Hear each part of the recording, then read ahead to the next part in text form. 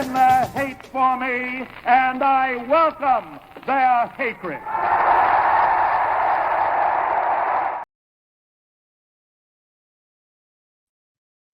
What is up, everybody? My name is Chris McLean. This is Hater Radio. This is a college football media brand brought to you by YouTube, X, Instagram Live, Facebook on my personal account, but right now not on Facebook's business account that I have for Hater Radio. So as of right now, those are all the formats you can reach us at. We are, like I said, a college football media brand. We cover specifically UCLA, USC, USF, like I'm wearing here today, and Florida.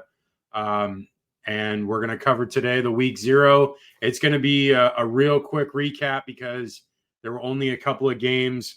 There was the SMU-Nevada game.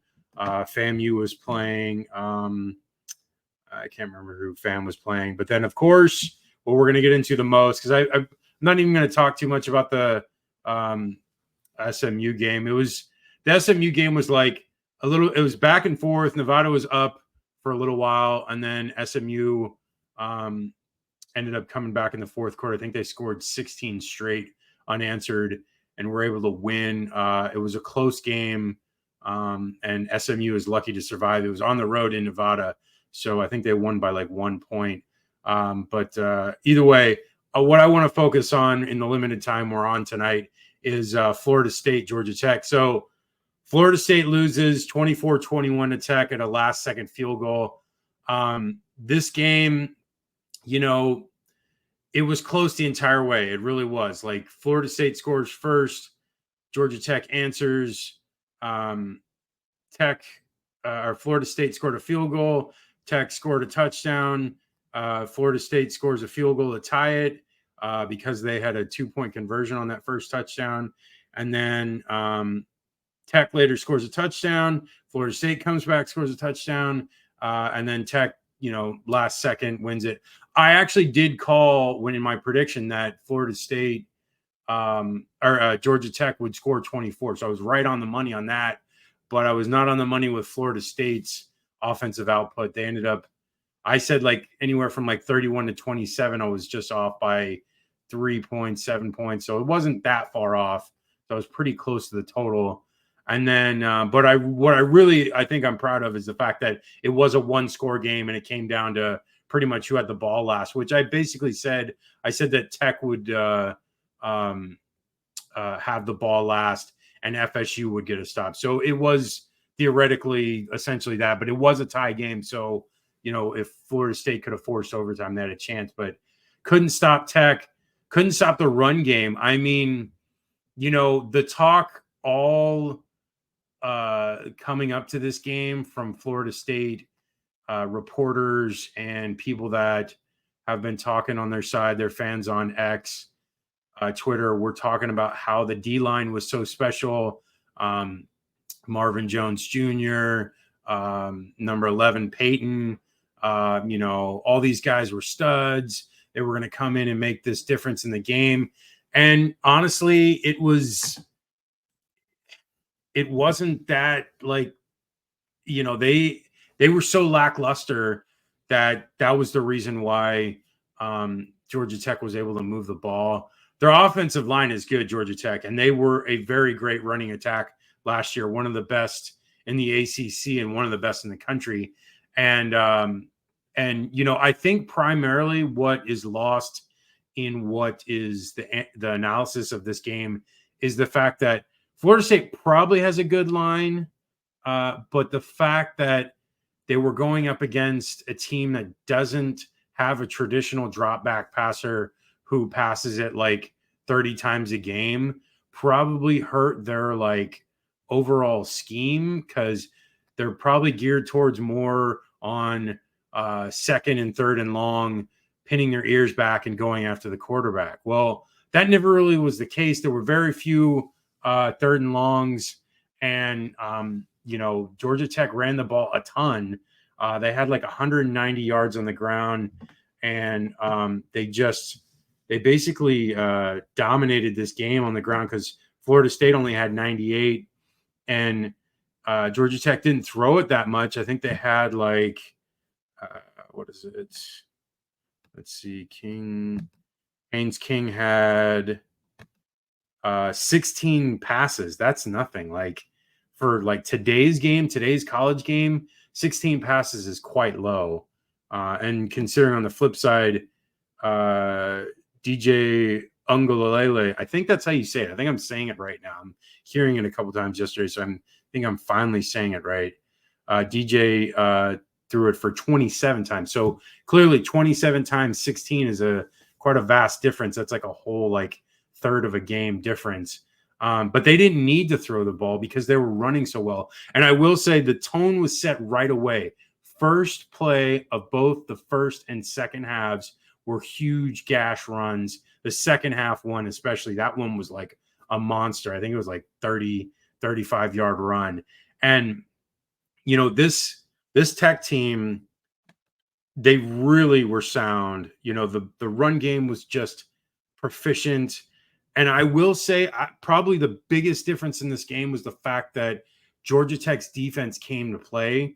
Considering how bad they were last year, they were in the like, I don't know, hundreds in the defensive rankings last year, and they were terrible. But this year, on a new ground, new like, you know, guys coming in, and they took advantage of it, and they were dominating that Florida State offensive line, which was supposed to be a huge strength of Florida State. And Georgia Tech was making a lot of monster plays all game long. I mean, they had so many plays where they were in the backfield and making stops on Florida State's run game. And, you know, it's credit to the Georgia Tech defensive coordinator because they really put a stop to the run game, which I think if Florida State's run game had gotten up and running, pardon the pun, but like up and like moving like in a like the right direction, it would have been the difference in the game if they had gotten like 150 yards on the ground, because they looked really good on that first drive. It was like, I think like an 8-play drive, and they're just moving down the field. They had like, I think 1 or 2 passes by Ungalele, and it was like the rest were runs, and they were gashing them. And I was like, oh, this might be a long game. But the Tech defense answered. They had 7 tackles for losses.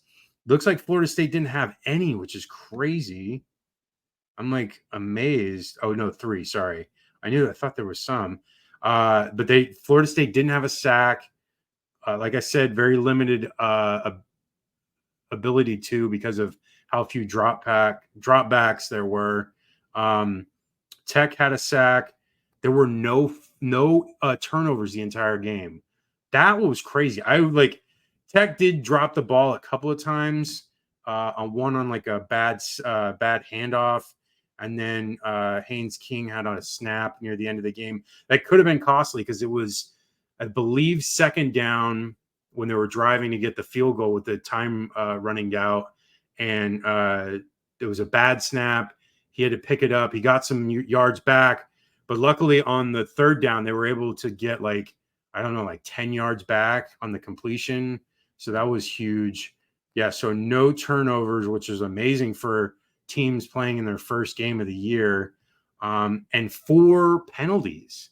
Florida State had 1, and it was that holding penalty at the end of the half before they hit the field goal. So 4 penalties is like remarkable for teams just starting their season. You know, usually you see like something where it's like, you know, 8 and 10, like 18 total penalties, but this one was very low. Yeah, just you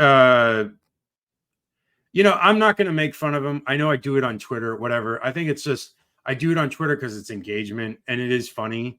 But like when I'm doing the show, I'm not really like wanting to sit here and like make fun of them. I don't think that does any good. Like, I don't think I need to laugh at them. Like, whatever. Like, you know, this video, I'm trying to just be as objective with this show as we can be, and just be as like, you know, look, like this is the show. We're trying to like talk about this in a professional manner. I know I make jokes on X, and it is a big joke, whatever. Like, I think it's just fun. It's just like trying to get engagement. I mean, I got a tweet that went pretty strong on Saturday, and it wasn't even that major of a thing. It was just like making fun of the FSU Barstool account about like the field goal kicking. And it's like, whatever. The rest of my tweets the rest of the day didn't go that well, but like that one was huge. But whatever. Let's move on. So try to be objective and talk about this as the best we can. So Florida State for the rest of the year, this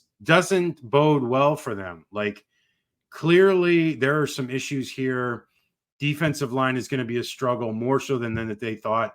And I didn't talk about it yet, but the linebacking core was very suspect. I have not been the biggest fan of Randy Shannon when he was the linebacking coach at Florida. I was never really a big fan.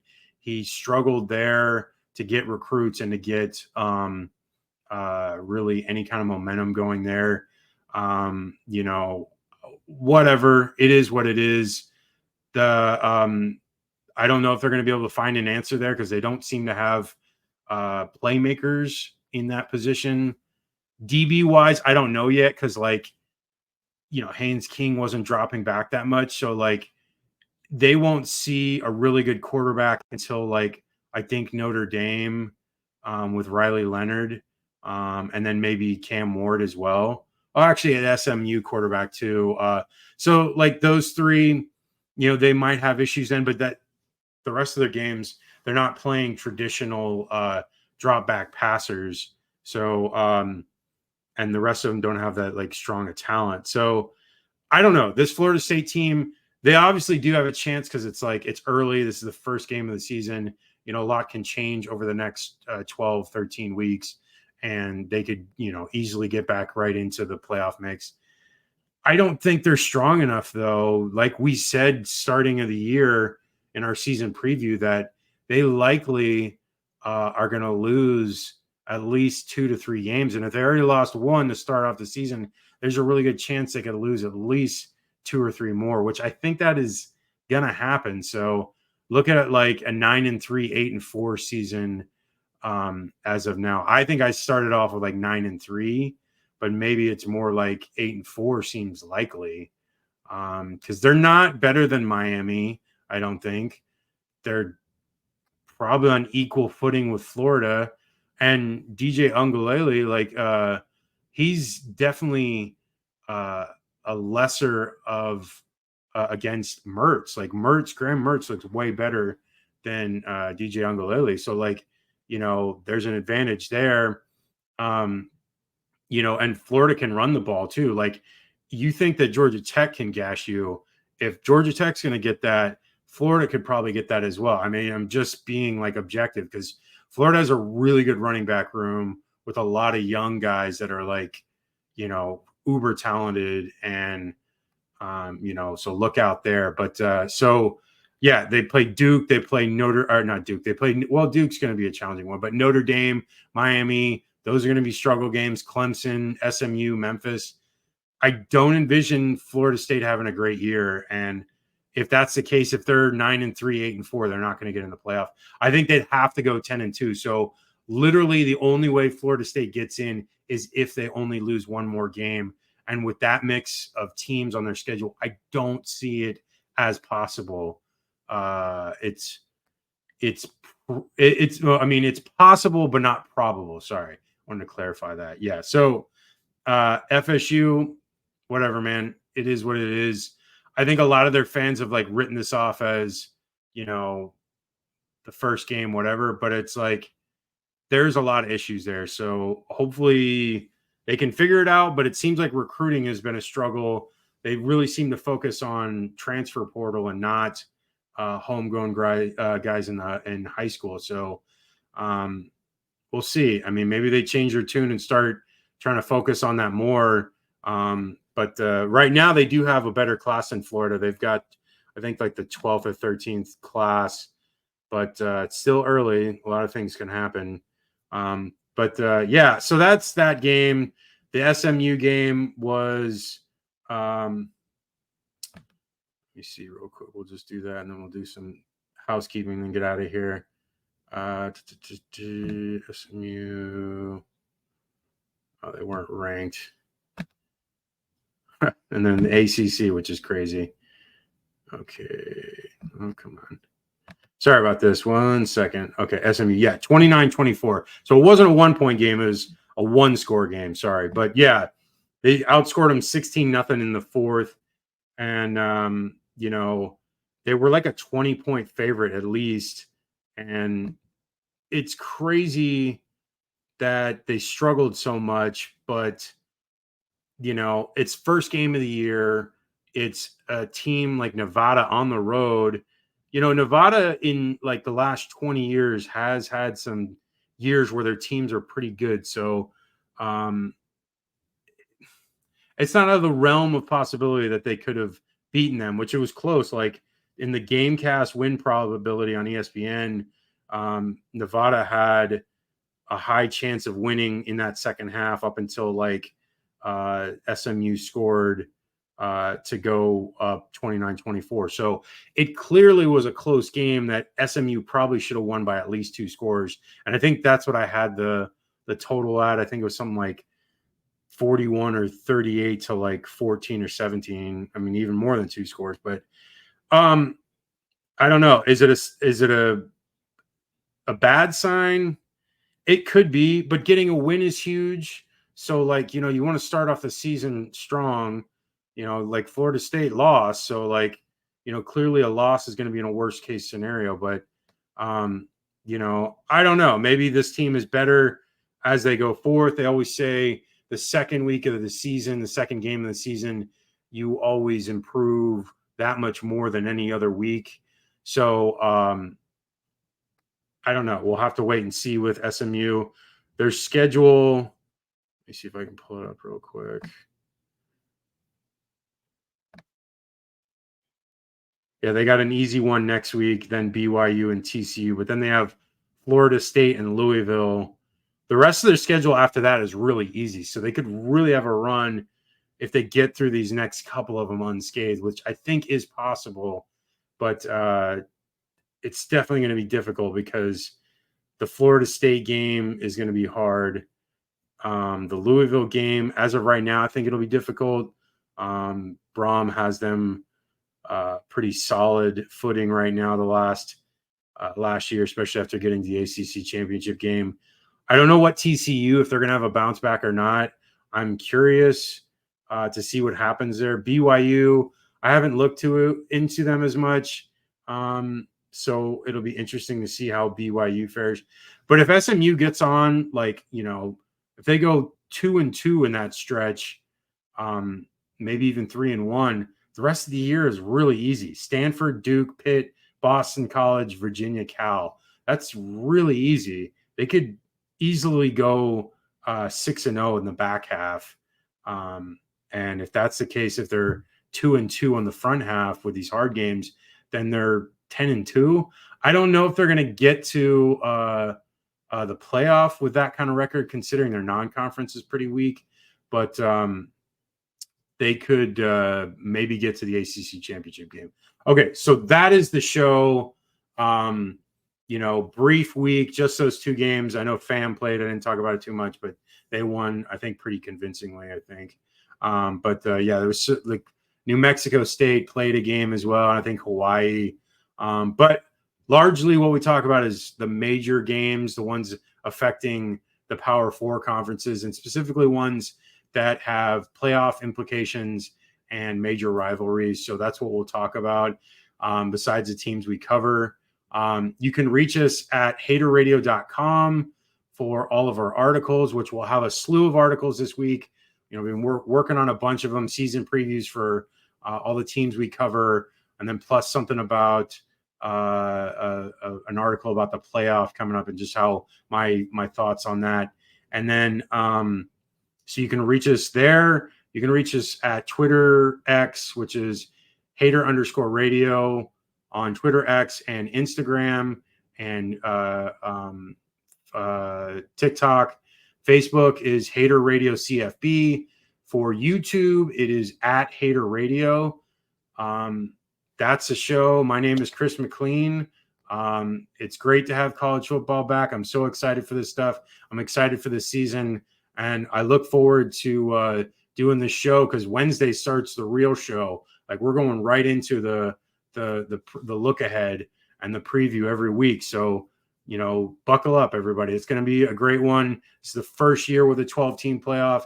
Every one of these teams that we're going to be talking about has a legitimate chance at getting to a playoff. So there's going to be a lot to talk about every week, week in and week out. So I look forward to it. Yesterday was a great game. It was a blast to watch. And I'm looking forward to these games coming up because, this weekend is a huge game with Florida and Miami. Huge game, monster, considering already Florida State has an ACC loss. Now, for Miami to get out on a good start would be huge for them, especially trying to get to the ACC championship game and even further into the playoffs. So that's the show. I'll talk to you guys on Wednesday. Have a good one. Later, y'all.